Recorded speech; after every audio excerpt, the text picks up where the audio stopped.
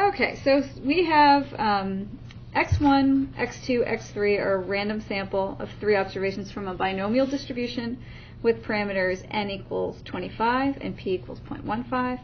And x4 and x5 are a random sample of 2 observations from a binomial distribution with n equals 40 and p equals 0.15. And we know that when we're working with binomial distributions and taking random samples that we have independence. So that's great because these random variables are all independent of each other, which makes things easier. We've got sums of independent random variables. Now we want to consider y, which is the sum of these 5 random variables. And we want to start by finding the mean and the variance of y. So first of all, the expected value of y is going to be the expected value of x1 plus the expected value of x2 plus the expected value of x3 plus the expected value of x4 plus the expected value of x5. Because we have a binomial distribution, the expected value of x1 is going to be n times p for that binomial distribution, so that's going to be 25 times 0.15 plus the expected value of x2 is the same, 25 times 0.15 plus the expected value of x3, again coming from the same distribution as the same mean, so 25 times 0.15 plus the expected value of x4 comes from a binomial with n equals 40 and p equals 0.15, so the expected value is going to be 40 times 0.15 plus x5 is also from that distribution, so it has expected value of 40 times 0.15. Add them all up, multiply all the good stuff, and we get an expected value of y of 23.25. So that's going to be our mean of y. The variance of y, since we've got independent random variables, is going to be the variance of x1 plus the variance of x2 plus the variance of x3 plus the variance of x4 plus the variance of x5.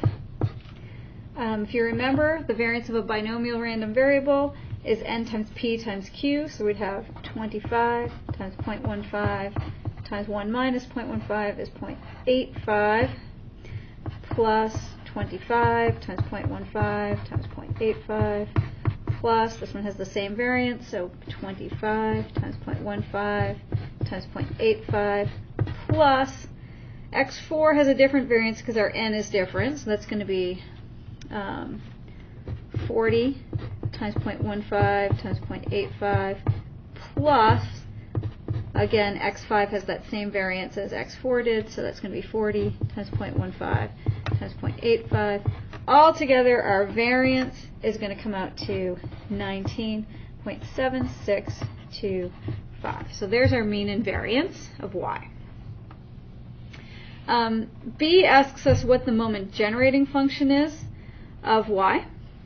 When we are looking at finding the moment generating function of y and we've got a sum of independent random variables, remember that the moment generating function m of y is going to be the product of these 5 moment generating functions.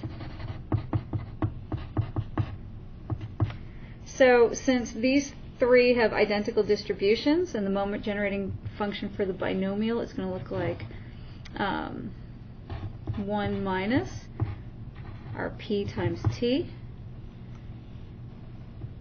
plus 0.1 our p times e to the t, right, to our n power.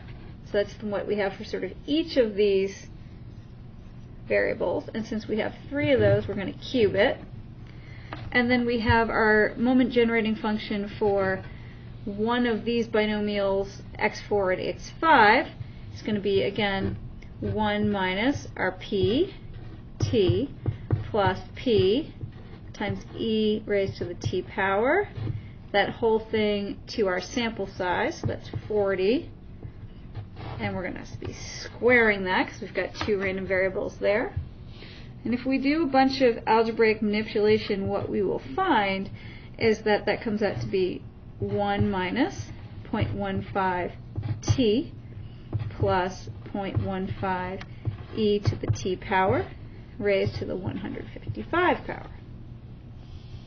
Okay, so there's our moment generating function. And so now if we want to know what the distribution of y is, we recognize this as taking the form of a binomial distribution's moment generating function. Remember that our binomial distribution will have a moment generating function that's 1 minus p to the t. So we've got p equal to 0.15 plus p times e to the t. Right, so we've got this p here is 0.15. And that whole thing is raised to the n power. So our n is going to be 155. Right? So y has a binomial distribution with n of 155 and p equal to 0.15. Now, we want to find the probability that y is less than 2.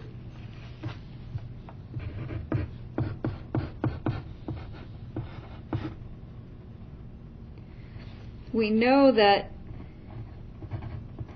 we have this binomial distribution, and so what I can do is I can say, okay, well that means I'm going to be using my n, 155, choose values less than 2 would be 0, times 0.15 to the 0, times 0.85 to the 155 minus 0, plus f of 1 is going to be our n, 155, choose 1, times 0.15 to the 1 power, times 0.85 to the 155 minus 1 power, and that whole thing is going to come out to actually be about 3.25 times 10 to the negative 10th power. So extremely tiny probability.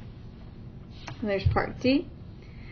And then the very last part we're going to do is we are going to find the mean and the variance of z, where z is equal to 3 times x1 plus 2 times x2.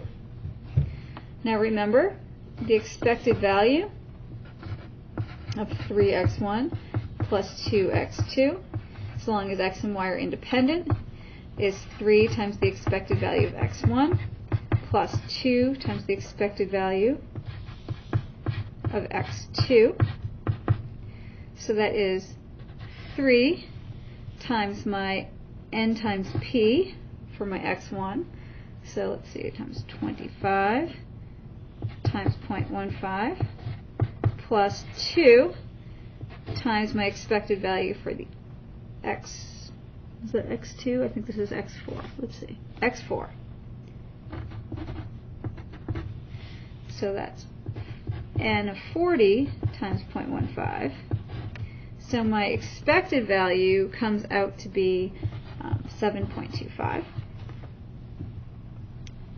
Now when I want to find the variance of 3x1 plus 2x4, that is going to be 3 squared times the variance of x1 plus 2 squared times the variance of x4, which is going to give me 9 times the variance of x1, which the variance of a binomial again is npq. So that's 9 times 25 times 0.15 times 0.85 plus 2 squared is 4 times the variance of x4 is 40 is my n times 0.15 is p times 0.85 is 1 minus p. And that whole thing is going to give me a variance of 49.0875.